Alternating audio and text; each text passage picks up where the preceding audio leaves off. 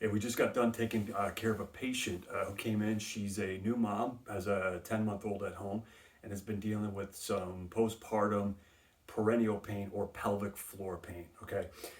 So she reported to me that she had a C-section, and pretty much since labor and delivery, she has been dealing with pain, which we would classify as coccydynia, so right around the very, very bottom of the tailbone, the actual coccyx here, as well as pelvic floor pain. Now, she's had physical therapy, which she says was somewhat helpful. She has been using the pelvic wand to help get in and release some of the muscles in the pelvic floor, right? So the pubococcygeus, the levator ani, minimal effectiveness with that. So we did an exam today, okay, and I want to talk about one of the things that we see very commonly, and it's misdiagnosed a lot, and that is a pudendal nerve entrapment at an area known as Alcock's Canal, okay? And so it's in the pelvic area, okay, underneath the sit bone. And I've got here this TheraBand here demonstrating this obturator internus muscle, okay? And so it sits right through here. Now, one of the things that happens with pregnancy, obviously, is we have the uterus sitting here. And as we get in the second and third trimester, the fetus and the developing baby is going to put pressure in here. And a lot of times what will happen is the pelvic floor is going to react to that. We're going to develop some tightening, some fibrosis, and it can create a compressive neuropathy to that pudendal nerve. Now, if we look at the Visible Body app, this is an excellent way for us to look at this muscle here. So here is, we're looking at the bottom of the pelvis, okay? Here's the sit bones, and these ligaments that run on either side run down the sacroiliac, okay? And so what we want to look at here is this obturator internus muscle. And it originates on the inside part of that sit bone, and it comes out and it attaches into the outer part of the hip here. The sciatic nerve is this big nerve running down the middle here, and you can see that obturator internus muscle come out and make almost a 90-degree turn, and it comes out. A lot of times we'll have tendonitis in through here, maybe misdiagnosed as piriformis syndrome.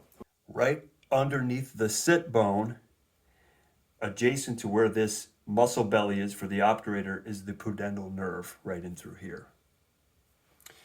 So what we did today is we did a little bit of evaluation, and we did some active release, and we actually got in and we did some active release to the obturator internus muscle, and we'll see how that responds over the next little bit. Now, I laid out a spectrum of treatment, a course of action, okay? So things that I think are going to be necessary for resolving this. So number one is the active release to work on the obturator internus and the surrounding musculature. We want to free up that pudendal nerve.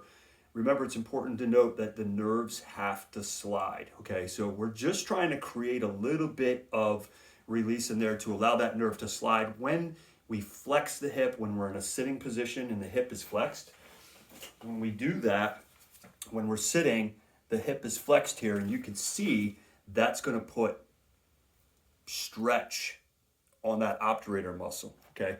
So it's important to remember this is where that nerve sits, okay? Right up here, okay? Also need to do pelvic floor strengthening, but we did talk about maybe doing some treatments such as shockwave therapy. Now, not directly to that area because it's sensitive and the nerve is irritated, but in the surrounding structures and remote areas, just a little bit away, to help promote healing and increase tissue repair. We also talked about deep tissue laser. So same effect there. We're looking to decrease pain and inflammation. We're looking to increase ATP production deep in the cellular level at the mitochondria. More ATP, more energy, more protein synthesis, more tissue repair. That simple. We're going to round that out with some manipulative techniques to realign the joints of the hip, pelvis, lower back. And like I said, we're going to add in some more corrective exercises. We're going to bounce her back to a pelvic floor specialist to handle the stability and motor coordination side of the house. And this should be a home run. So this is a really common cause of pelvic floor pain that's misdiagnosed. And one other thing I want to mention is we also work on releasing the nerves along the tailbone here. Okay, and we can see that on the visible body here when we scroll up in through here, these small nerves that come out, and you can see them in and around through here.